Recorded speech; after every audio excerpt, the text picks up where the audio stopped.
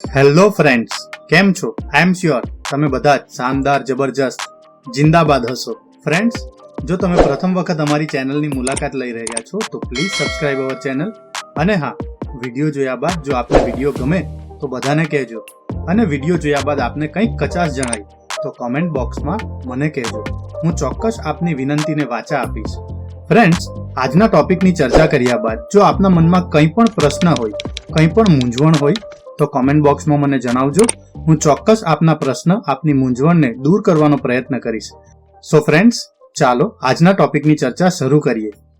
નમસ્કાર મિત્રો, આજના વિડીયોમાં આપણે જોઈશું કે મકાન અને જનગણના ઘરોને નંબર કઈ રીતે આપવાના. વસ્તી ગણતરી 2026-27 દરમિયાન જ્યારે આપણે નકશો બનાવવાનો છે અને ત્યારબાદ નકશામાં સમાવિષ્ટ તમામ જનગણના ઘરોની, તમામ મકાનો અને જનગણના ઘરોની આપણે એન્ટ્રી કરવાની છે HLO એપમાં. તો આજે આપણે જોઈશું કે નકશા પર કઈ રીતે મકાન અને જનગણના ઘર દર્શાવવાના છે, તથા આપણી એપ્લિકેશનમાં કઈ રીતે આપણે મકાન અને જનગણના ઘરને નંબર આપવાના છે. મિત્રો, સૌથી પહેલા આપણે મકાન અને જનગણના ઘર એટલે શું તે જોઈએ. અહીં મિત્રો, મકાન એટલે એવું માળખું જેમાં 4 દિવાલ અને 1 છત હોય.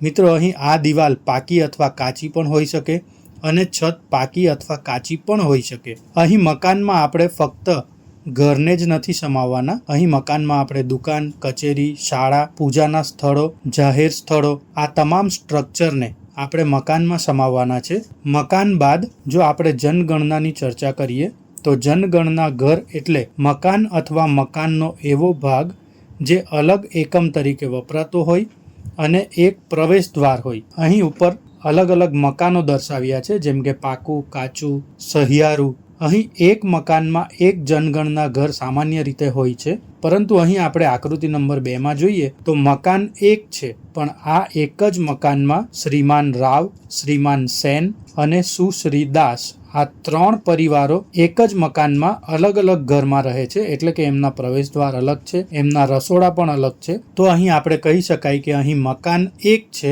પરંતુ આ એક મકાનમાં 3 અલગ અલગ જનગણના ઘર છે. તો મિત્રો, અહીં આપણે મકાન અને જનગણના ઘર એટલે શું એ આપણી વ્યાખ્યા સ્પષ્ટ થાય છે. મિત્રો, અહીં મકાન અને જનગણના ઘરની ઓળખ કરીએ તો અહીં એક મકાન, એક જનગણના ઘર. અહીં તમે આકૃતિ નંબર 5માં જોઈ શકો છો કે એક મકાન છે જેને 4 દિવાલ અને 1 છત છે, તથા એમાં એક પરિવાર રહે છે. સાથે આકૃતિ નંબર 6માં જોઈએ તો આ ઘર શંકુ આકારનું છે. તો આવા શંકુ આકારના ઘરને એટલે કે કાચા ઘરને પણ આપણે એક મકાન તરીકે ગણવાનું છે, અને એમાં જો પરિવાર રહેતું હોય તો તે પરિવારને આપણે એક જનગણના ઘર તરીકે ગણીશું. અહીં મિત્રો, આકૃતિ નંબર 7માં જોઈએ તો એક મકાન અને એક જનગણના ઘરની જગ્યાએ 6 મકાનો એક સાથે જોડાયેલા છે, અને દરેક મકાનમાં અલગ અલગ પરિવાર રહે છે. અહીં મકાન નંબર 1 થી 4માં એક પરિવાર જ નિવાસ કરે છે. તો અહીં આપણે આ દરેક મકાન માટે એક જનગણના ઘરનો અલગ અલગ નંબર આપીશું. જ્યારે મકાન નંબર 5માં 2 પરિવાર રહે છે અને મકાન નંબર 6માં 3 પરિવાર રહે છે.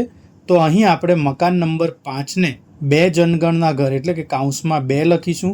જ્યારે મકાન નંબર 6માં 3 જનગણના ઘર દર્શાવવાના છે, તો અહીં આપણે કૌંસમાં 3 લખીશું, અને અહીં આપણે અલગ અલગ જનગણના ઘર માટે અલગ અલગ નંબરિંગ કરીશું. તો આ વસ્તુ આપણે ખાસ ધ્યાનમાં રાખવાની છે. મિત્રો, જો આપણા વિસ્તારમાં કોઈ બહુમાળી એપાર્ટમેન્ટ આવતું હોય તો અહીં આપણે આ બહુમાળી એપાર્ટમેન્ટને એટલે કે આખા એપાર્ટમેન્ટને એક મકાન તરીકે પણ દર્શાવી શકીએ છીએ. અને આ એપાર્ટમેન્ટમાં અલગ અલગ ઘર આવતા હોય તો આ અલગ અલગ ઘરોને આપણે અલગ અલગ જનગણના ઘર નંબર આપવાનો છે. અહીં તમે જોઈ શકો છો કે મકાન નંબર 1 છે અને અહીં 8 જનગણના ઘર છે. પરંતુ મિત્રો, અમુક બહુમાળી એપાર્ટમેન્ટમાં જો દરેક ફ્લેટને અલગ અલગ તંત્ર તરીકે આપણે ગણીએ, એટલે કે અહીં દરેક ફ્લેટના માલિક અલગ અલગ હોય, તો આવા ફ્લેટમાં આપણે દરેક મકાનને અલગ અલગ મકાન ગણવાનું છે, અને એ દરેક અલગ અલગ મકાનમાં એક જનગણના ઘર ગણવાનું છે. અહીં આકૃતિ નંબર 8માં જોઈએ તો મકાન નંબર 1 અને નંબર 1 થી 8 સુધીના જનગણના ઘર આપ્યા છે, જ્યારે આકૃતિ 9માં મકાન નંબર દરેકનો અલગ અલગ છે અને દરેક અલગ અલગ મકાન નંબરની સાથે અલગ અલગ જનગણના ઘર પણ આપ્યા છે. મિત્રો, અહીં એક કમ્પાઉન્ડમાં એક જ મકાન અને અલગ અલગ જનગણના ઘર પણ હોઈ શકે. દાખલા તરીકે આકૃતિ નંબર 10માં આપણે જોઈએ તો અહીં એક કમ્પાઉન્ડમાં 3 મકાનો છે અને દરેક મકાનમાં 3 જનગણના ઘર અલગ અલગ છે. આ પરિસ્થિતિ મોટે ભાગે આપણને સરકારી ક્વાર્ટર્સમાં જોવા મળશે, કારણ કે અહીં સરકારી ક્વાર્ટર્સના માલિક સરકાર છે, જ્યારે એ ક્વાર્ટર્સમાં અલગ અલગ પરિવારો અલગ અલગ ઘરમાં રહે છે. તો અહીં આપણે એક મકાનમાં મતલબ કે મકાન નંબર 1માં 3 જનગણના ઘર દર્શાવ્યા છે, 0001, 0002, 0003, જ્યારે બીજા નંબરના મકાનમાં ફરીથી 3 જનગણના ઘર દર્શાવ્યા છે અને મકાન નંબર 3માં એ જ રીતે જનગણના ઘર નંબર 7, 8 અને 9. તો આ વસ્તુ પણ આપણે ખાસ ધ્યાનમાં રાખવી જોઈએ. મિત્રો, અહીં એક જ મકાનમાં જો ઓરડા અલગ અલગ હોય તો અહીં આપણે આવી પરિસ્થિતિમાં પરિવાર જેટલા ઓરડાનો ઉપયોગ કરી રહ્યો હોય તે પ્રમાણે આપણે જે તે જનગણના ઘર તરીકે અને મકાન તરીકે દર્શાવવું જોઈએ. અહીં આકૃતિ નંબર 11માં જોઈએ તો એક મકાન છે જેમાં 5 રૂમો છે, પરંતુ આ 5 રૂમો પૈકી પહેલા 2 રૂમોનો ઉપયોગ એક કુટુંબ કરે છે, જ્યારે બાકીના 3 રૂમોનો ઉપયોગ બીજું કુટુંબ કરે છે. તો અહીં આપણે પ્રથમ 2 રૂમને એક જનગણના ઘર તરીકે ગણીશું, જ્યારે બીજા 3 રૂમોને આપણે બીજા જનગણના ઘર તરીકે ગણીશું. એટલે કે અહીં મકાન નંબર તો એક જ છે, પરંતુ જનગણના ઘર આપણે ઓરડાનો જે રીતે ઉપયોગ થાય છે તે ઓરડા પ્રમાણે આપણે અહીં જનગણના ઘરને દર્શાવીશું. ત્યારબાદ મિત્રો, એક પરિસરમાં અલગ અલગ મકાન હોય તો આવા મકાનને અલગ અલગ જનગણના ઘર તરીકે પણ આપણે દર્શાવવા જોઈએ. અહીં આકૃતિ નંબર 12માં બતાવ્યા પ્રમાણે પ્રથમ 5 મકાન જે છે, આ 5 મકાનોને છાત્રાલય તરીકે ઉપયોગ કરી રહ્યા છે, જ્યારે બાકીના 2 મકાન છે એટલે કે જે અલગ પરિસર છે, આનો ઉપયોગ વોર્ડનના રહેઠાણ અને રસોઈયાના રહેઠાણ તરીકે કરવામાં આવી રહ્યો છે. તો અહીં આપણે સમગ્ર માળખાને એક જ મકાન તરીકે ગણીશું, પણ આ સમગ્ર માળખામાં આપણે 3 અલગ અલગ જનગણના ઘર દર્શાવીશું. એટલે કે પ્રથમ 5 રૂમ કે જે છાત્રાલય તરીકે વપરાઈ રહ્યા છે તેને જનગણના ઘર નંબર 1 તરીકે દર્શાવીશું. ત્યારબાદ વોર્ડનના રહેઠાણને જનગણના ઘર નંબર 2 તરીકે દર્શાવીશું અને રસોઈયાના રહેઠાણને આપણે જનગણના ઘર નંબર 3 તરીકે દર્શાવીશું. જો અહીં આ તમામ લોકોનું રસોડું સહિયારું હોય તો આપણે આખા પરિવારને એક સંસ્થાકીય પરિવાર તરીકે ગણીને એને જનગણના ઘર નંબર 1 જ આપીશું. તો આ વસ્તુ પણ ખાસ ધ્યાનમાં રાખવી. મિત્રો, અહીં એક મકાન એક જનગણના ઘર એટલે કે એક પરિસરમાં 4 માળખાનો એક કુટુંબ રહેતો હોય, જેમાં એક મુખ્ય રહેઠાણ છે, એક રસોડું છે, એક શૌચાલય છે અને એક બેઠક તરીકે ઉપયોગ થાય છે. તો આ 4 અલગ અલગ રૂમ હોવા છતાં આપણે અહીં આ 4 અલગ અલગ રૂમને એટલે કે મકાનોને અલગ મકાન તરીકે કે જનગણના ઘર તરીકે નંબર નહીં આપીશું. જે મુખ્ય રહેઠાણ છે તેને જ આપણે અલગ જનગણના ઘર તરીકે ગણીને સમગ્ર પરિસરને એક કુટુંબ તરીકે જ આપણે આવરી લઈશું. ત્યારબાદ મિત્રો, જો એક પરિસરમાં 4 માળખા હોય એટલે કે 4 મકાન હોય, જેમાં એક કુટુંબનું મુખ્ય રહેઠાણ છે, બીજું મકાન રસોડું તરીકે વપરાય છે,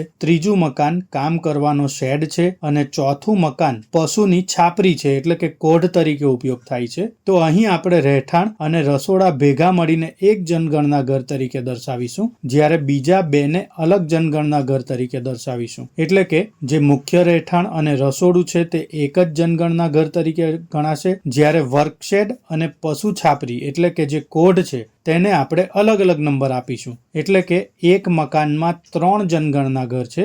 અહીં વર્કશેડ અને પશુ છાપરીને આપણે બિન રહેણાંક જનગણના ઘર તરીકે દર્શાવીશું. એટલે ત્યાં આપણે વ્યક્તિની ગણતરી કરવાની થતી નથી. જે મુખ્ય રહેઠાણ છે એમાં પરિવારના જેટલા સભ્યો રહેતા હોય તેની જ ગણતરી કરવાની થશે. ત્યારબાદ મિત્રો, એક બંધ પરિસર હોય જેમાં એક મકાનનો ઉપયોગ રહેઠાણ તરીકે થતો હોય, આ રહેઠાણના મકાન સાથે નોકરનું ક્વાર્ટર્સ હોય અને એક ગેરેજ અલગ હોય. તો અહીં આપણે જે રહેઠાણ છે જ્યાં પરિવાર રહે છે અને નોકરનું રસોડું જો સાથે હોય તો આ પરિસ્થિતિમાં આપણે નોકરના ક્વાર્ટર્સને મુખ્ય રહેઠાણ સાથે જ ગણી લેવાનું છે અને ગેરેજને અલગ જનગણના ઘર નંબર આપવાનો છે. પરંતુ મિત્રો અહીં જો નોકર માલિકના ઘરે જમતો ન હોય અને તેનું પોતાનું અલગ રસોડું હોય તો અહીં આપણે જે નોકરનું પરિવાર છે તેને અલગ કુટુંબ તરીકે ગણવું જોઈએ અને તેને અલગ જનગણના ઘર નંબર આપવો જોઈએ. એટલે કે જો નોકર પરિવાર સાથે જમતો હોય, રસોડું એક જ હોય, તો અહીં આપણે 1 મકાન અને 2 જનગણના ઘર આવશે. પણ જો નોકર અલગ જમતો હોય, તેનું રસોડું અલગ હોય, તો 1 મકાન અને 3 જનગણના ઘર આવશે. તો આ વસ્તુ આપણે ખાસ ધ્યાન રાખવી કે નોકરનું અલગ રસોડું છે કે નહીં. ત્યારબાદ મિત્રો એક બંધ પરિસરમાં રહેઠાણ, ગેરેજ અને નોકરનું ક્વાર્ટર્સ હોય તો આવી પરિસ્થિતિમાં આપણે 1 મકાન અને 3 જનગણના ઘર ગણવા જોઈએ. અહીં નોકર પરિવાર સાથે ભોજન લેતો નથી, તો આ પરિસ્થિતિમાં આપણે નોકરને કુટુંબથી અલગ ગણવો જોઈએ અને અલગ ગણ્યા બાદ તેના પરિવારને પણ અલગ જનગણના ઘર નંબર આપવો જોઈએ. મિત્રો, મકાન અને જનગણના ઘર શું છે એની તમામ માહિતી મેળવી લીધા બાદ HLO એપમાં આપણે કઈ રીતે જનગણના ઘર અને મકાનને નંબર આપવો તે જોઈએ. મિત્રો, જ્યારે આપણે આપણા ફિલ્ડમાં જઈશું, જ્યારે આપણે ગણતરી કરવાની હશે, ત્યારે આપણે ઘર પર જ્યારે નંબર દર્શાવવાના થાય ત્યારે આપણે જનગણના નંબરનો પૂર્વવર્ગ CN લખીને આપણે નંબરને આગળ લખવો જોઈએ. એટલે કે જ્યારે પણ આપણે મકાન નંબર લખીએ તો મકાન નંબર 1 એની નીચે CN લખીને 0001. તો આ પૂર્વવર્ગનો ઉપયોગ આપણે જનગણનાના ઘરના નંબર તરીકે કરવો જોઈએ. અહીં મિત્રો જો 1 મકાન હોય અને 1 જનગણના ઘર હોય તો જ્યારે આપણે ઘરની ઉપર નંબર લખવો હોય ત્યારે અહીં બોક્સમાં દર્શાવ્યા પ્રમાણે આપણે 1 ની નીચે CN 0001 આ રીતે લખવું જોઈએ. જ્યારે આપણે HLO એપમાં મકાન નંબર સૌથી પહેલા ટાઈપ કરવાનો છે. જ્યારે આપણે મકાન નંબર 1 ટાઈપ કરી લઈએ ત્યારબાદ જનગણના ઘર નંબરમાં જે નવું છે આ નવું બટન પર આપણે ક્લિક કરવાનું છે. અહીં આપણે નવું બટન પર જેવું ક્લિક કરીશું કે અહીં 0001 ઓટોમેટિક આ નંબર એપ્લિકેશનમાં આવી જશે.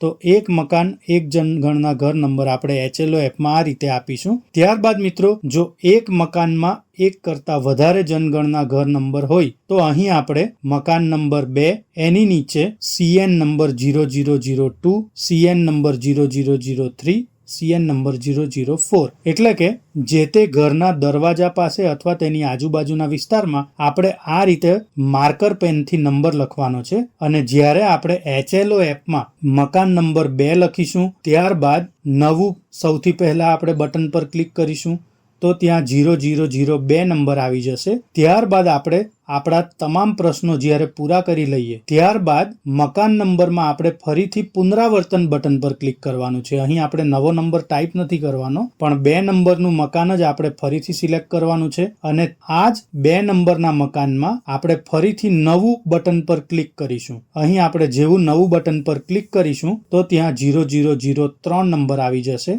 અને જે રીતે આપણે પહેલા જનગણના ઘર માટે તમામ માહિતી નાખી તે રીતે આપણે બીજા ઘર માટે નાખવાની છે. અને આખી પ્રોસેસ પૂરી થયા બાદ ફરીથી આપણે પુનરાવર્તન નંબર પર ક્લિક કરવાનું છે. અહીં પુનરાવર્તન નંબર પર ક્લિક કરતા ફરીથી મકાન નંબર 2 આવી જશે અને 2 નંબરના મકાનમાં આપણે ફરીથી નવું બટન પર ક્લિક કરીશું. અહીં નવું બટન પર ક્લિક કરતા 0004 નંબરનું જનગણના ઘર આવી જશે. તો આ રીતે આપણે HLO એપમાં મકાન નંબર અને જનગણના ઘર નંબર આપવાના છે. મિત્રો, અહીં આપણે મકાનોને નંબર અને દરેક મકાનમાં જનગણના ઘરોની સંખ્યાના આધારે અલગ અલગ નંબર આપવા જોઈએ. અહીં આપણે જોઈએ તો એક ઘર છે અને આ ઘરમાં એક જ પરિવાર છે. તો અહીં આપણે નકશો જ્યારે બનાવીએ ત્યારે નકશામાં ફક્ત ચોરસ દોરીને અંદર 1 લખી દેવાનું છે. અહીં આપણે CN 0001 નથી લખવાનું. પણ જે વાસ્તવિક ઘર છે જ્યારે આપણે ઘરના દરવાજા પાસે જઈએ ત્યારે આ ઘર પર આપણે 1 નંબર લખીને CN 0001 આ રીતે નંબરિંગ કરવાનું છે. ત્યારબાદ મિત્રો જો એક ઘરમાં 2 અલગ અલગ જનગણના ઘર હોય તો જ્યારે આપણે નકશામાં આવા 2 જનગણના ઘર અને મકાનને દર્શાવીએ ત્યારે આપણે ચોરસ બોક્સમાં 1 નંબર લખવાનો છે, મકાન નંબર, અને એની નીચે કૌંસમાં 2 લખવાના છે જેથી સ્પષ્ટ થશે કે અહીં 2 જનગણના ઘર છે. પરંતુ જ્યારે આપણે વાસ્તવિક ઘર પાસે જઈએ ત્યારે આપણે આ ઘરના દરવાજા પાસે 1 નંબર આપીને એટલે કે મકાન નંબર 1 જનગણના ઘર નંબર 0001 0001 સેન્સેસ નંબર 0001. જ્યારે બીજા દરવાજા પર આપણે 1 લખીને નીચે CN 0002 આ રીતે આપણે નંબરિંગ કરી શકીશું. મિત્રો અહીં આપણે કોષ્ટકમાં જોઈએ તો મકાન નંબર 9 છે. આ મકાન પાકું છે, તેમાં રહેઠાણ પણ છે અને આ મકાનમાં જનગણના ઘરની સંખ્યા 2 છે, એટલે કે 2 પરિવારો અહીં નિવાસ કરી રહ્યા છે. તો આપણે ચોરસમાં મકાન નંબર 9 આપ્યો છે અને નીચે કાઉન્સમાં 2 લખ્યા છે, જેનાથી મકાન નંબર 9 જેમાં 2 જનગણના ઘર છે આ રીતે આપણે દર્શાવી શકીએ છીએ. સાથે જ જો 10 નંબરનું મકાન પાકું છે પરંતુ બિન રહેણાંક છે, એટલે કે અહીં કોઈ પરિવાર નિવાસ કરતું નથી, તો આને આપણે જનગણના ઘર તરીકે ગણવાનું છે, જેને આપણે ચોરસ દોરીને એની અંદર મકાન નંબર 10 લખીશું. પણ અહીં કોઈ પરિવાર નિવાસ નથી કરતું, તો અહીં આપણે આડી લીટી દોરી દઈશું. ત્યારબાદ મિત્રો 15 નંબરનું મકાન છે જે કાચું છે, જેમાં પરિવાર નિવાસ કરી રહ્યા છે અને અહીં 3 પરિવાર નિવાસ કરી રહ્યા છે, જેમ કે 3 અલગ અલગ રસોડા અને 3 અલગ અલગ દરવાજા છે. તો અહીં આપણે જનગણના ઘરની સંખ્યા 3 દર્શાવીશું, એટલે કે ત્રિકોણ દોરીશું, એમાં મકાન નંબર 15 આપીશું અને નીચે કાઉન્સમાં આપણે 3 લખીશું. અને 6 નંબરનું મકાન જો કાચું છે, જે બિન રહેણાંક છે, એટલે કે જેમાં કોઈ પરિવાર નિવાસ નથી કરી રહ્યું, તો અહીં આપણે નીચે કાઉન્સમાં નંબર લખવાની જરૂર નથી, ડાયરેક્ટ ત્રિકોણ દોરી દઈશું અને એની અંદર મકાન નંબર લખીને ક્રોસ લાઇન દર્શાવી દઈશું. મિત્રો, જ્યાં વ્યવસ્થિત નંબર ઉપલબ્ધ ન હોય ત્યાં મકાન નંબરો આપવા અંગે વિગતવાર સૂચના માટે આપણે ઘર યાદી અને મકાનોની ગણતરીની માર્ગદર્શિકાનો સંદર્ભ લેવો જોઈએ. એટલે કે જે આપણને સૂચના માર્ગદર્શિકા આપી છે તેમાં આ નંબરિંગ માટેની તમામ પદ્ધતિ અને વિગતો સ્પષ્ટપણે બતાવી છે. So friends, that's for all. Thank you very much. So friends, હું આશા રાખું છું કે આજે જે માહિતી મેં આપને આપી તે આપને ગમી હશે.